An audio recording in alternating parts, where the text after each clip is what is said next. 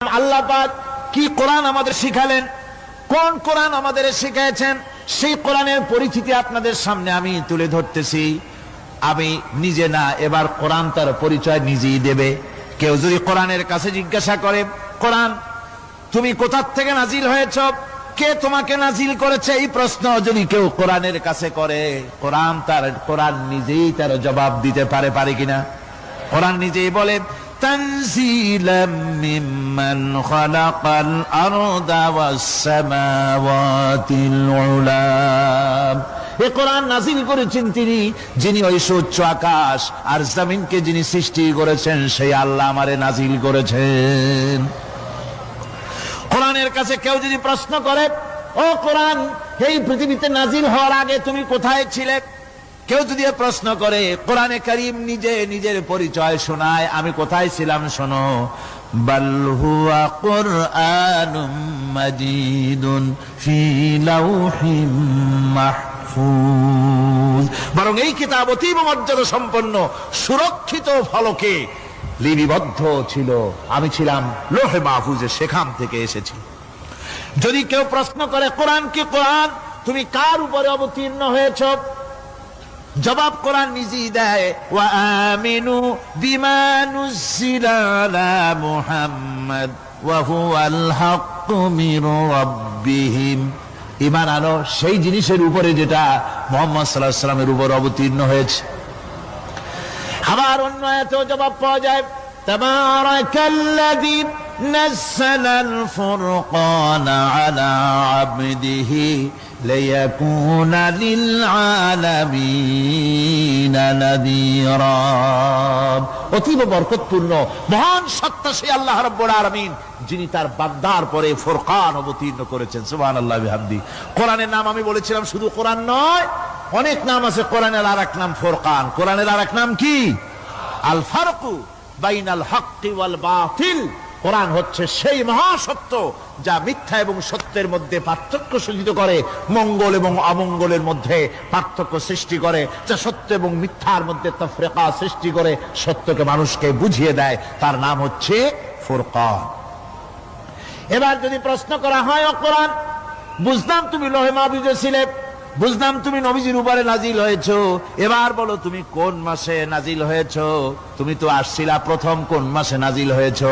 এ প্রশ্ন যদি কেউ করে, কোরআন তার জবাবে বলবে, শাহরু রমাদানাল্লাযী উনজিলা ফীহিল কুরআন। রমজানের পবিত্র মাসে আমি অবতীর্ণ হয়েছি। সুবহানাল্লাহ। যদি প্রশ্ন করা হয়, রমজানে তো আসছো, কিন্তু প্রথম নাজিল হয়েছিল কোন সময়, ওটা কি দিন ছিল না রাত ছিল? কোরআন তার জবাবে বলে, ইন্না আনজালনাহু ফি লাইলাতিল কদর। কদরের পবিত্র রাতে আমি এই পৃথিবীতে আমার আগমন ঘটেছিল।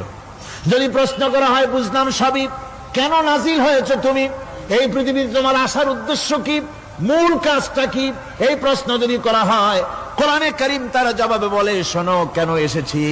লিতুখরিজান নাসা মিনাজ যুলুমাতি ইলান নূর। আমার মিশন হচ্ছে গোটা বিশ্ব মানবতাকে পুঞ্জীভূত জমাট বাঁধা অন্ধকারের ভেতর থেকে টেনে বের করে আলোর সন্ধান দিতে, আলোর দিকে আনার জন্য আমি কোরআন নাজিল হয়েছি।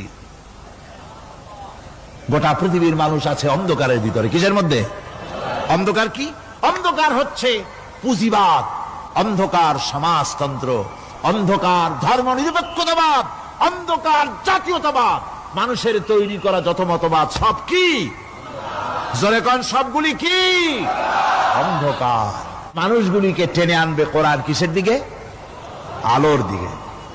এবার যদি প্রশ্ন করা হয়, বুঝলাম তুমি অন্ধকার থেকে আলোর দিকে নিয়ে আসবে, আলোর দিকে আসলে পরে ফায়দাটা কি হবে, মূল ফায়দাটা বুঝায় দাও, আসল ফায়দা কি হবে তোমারে যদি মানি।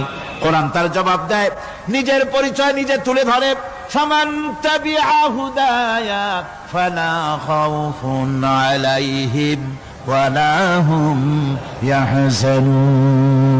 এই কোরআনকে যদি মেনে চলো, এই কোরআনের আইন যদি মানো, সমাজে মানো, ব্যক্তিতে মানো, পরিবারে মানে, রাষ্ট্রে মানো, জীবনের সব ক্ষেত্রে সমস্ত জায়গায় যদি এই কোরআনকে মেনে চলো, ফালা খাউফুন আলাইহিম, তাহলে তোমাদের কোনো ভয় থাকবে না, ওয়ালা হুম ইয়াহজানুন, কোনো চিন্তাও থাকবে না।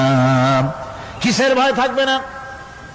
কোরআনের আইন মেনে যদি চলো সমাজে ও রাষ্ট্রে, চুরির ভয়, ডাকাতির ভয়, জিনার ভয়, হত্যার ভয়, সন্ত্রাসের ভয়, কোনো ভয় থাকবে না। ওয়ালা হুম ইয়াহজানুন, চিন্তাও থাকবে না। খাওয়া পড়া, শিক্ষা, চিকিৎসা, বাসস্থান, এগুলির কোনো চিন্তা থাকবে না। কোরআনের সমাজে সব কিছুর গ্যারান্টি দেওয়া হবে, সবগুলি পেয়ে যাবে। এখন যদি আবার প্রশ্ন করা হয়, কোরআন বুঝতাম তোমারে মানলে পরে সব ফায়দা হবে, তাহলে এবার জবাব দাও, তোমার ভিতরে কি রাজনীতি আছে নাকি? আমি তো মানুষ, আমার রাজনীতি করা লাগে। ম্যান ইজ সোশ্যাল অ্যানিম্যাল, আমরা তো জঙ্গলের পশু নই, আমরা তো মানুষ। আমাদের সমাজ আছে, আমাদের পৌর নির্বাচন আছে, আমাদের জাতীয় নির্বাচন আছে, আমাদের কলকারখানা আছে, জমিন আছে, আমাদের রাজনীতি, অর্থনীতি, সমাজনীতি আছে, পারিবারিক নীতি আছে, অনেক নিয়ম মালা আছে, নিয়ম নীতি আছে। তোমারে মানলে তোমার ভিতরে কি ওগুলো আছে নাকি, সে কথা বলো। কোরআন তার জবাবে বলে, وَنَزَّلْنَا عَلَيْكَ الْكِتَابَ تِبْيَانًا لِكُلِّ شَيْءٍ وَهُدًى وَرَحْمَةً وَبُشْرَى لِلْمُسْلِمِينَ। কোরআন জবাবে বলে, শুনে রাখো, শুধু অর্থনীতি, সমাজনীতি নয়, শুধু রাজনীতি আর শিক্ষানীতি, যুদ্ধনীতি নয়, তোমার জীবনে যা কিছু দরকার, ইহকালে যা কিছু দরকার, পরকালে, সব কথাগুলি আল্লাহ রব্বুল আলামিন আমি কোরআনের সিনার ভিতরে খুলে খুলে বর্ণনা করে দিয়েছেন। সব কথা এ কোরআনে কারীমের ভিতরে রয়েছে। তোমার এমন কোন জিনিস নাই যা তুমি কোরআনে কারীমের মধ্যে পাবে না। তোমার সমস্ত প্রয়োজন আমার বুকের মধ্যে আল্লাহ দিয়ে দিয়েছেন। বিজ্ঞান আছে, দর্শন আছে, ইতিহাস আছে, সব আছে এর মধ্যে।